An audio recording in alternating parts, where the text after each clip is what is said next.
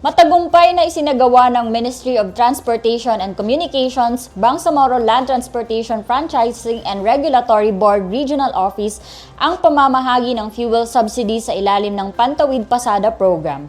Alamin ang buong detalye sa report ni Farhana Cabalo.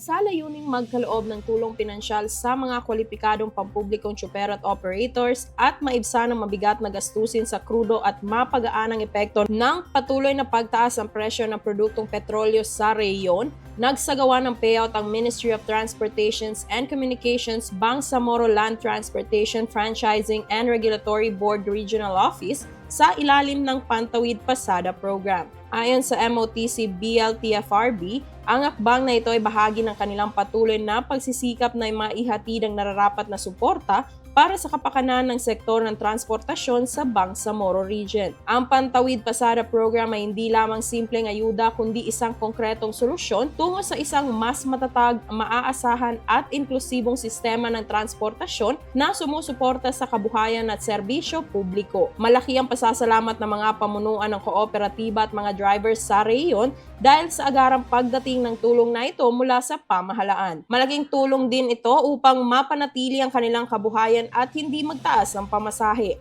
My message as a Federation President of Transport Cotabato City na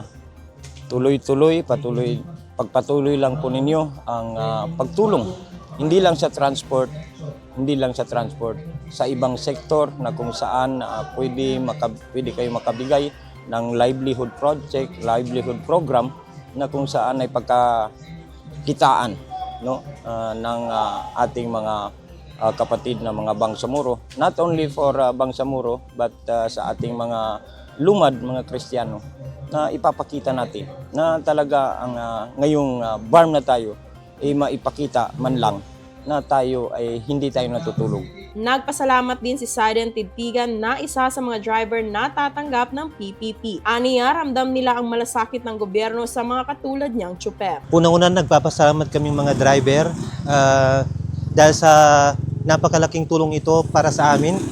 Ito ay isang tulong pinansyal, pantawid program para sa amin. Lalong-lalo na ngayon sa sitwasyon natin na meron tayong energy crisis. So ang lahat ng klaseng tulong mula sa ating pamahalaan ay napakalaking tulong sa amin, sa aming pamilya dahil sa patuloy na pagtaas ng langis sa ating bansa.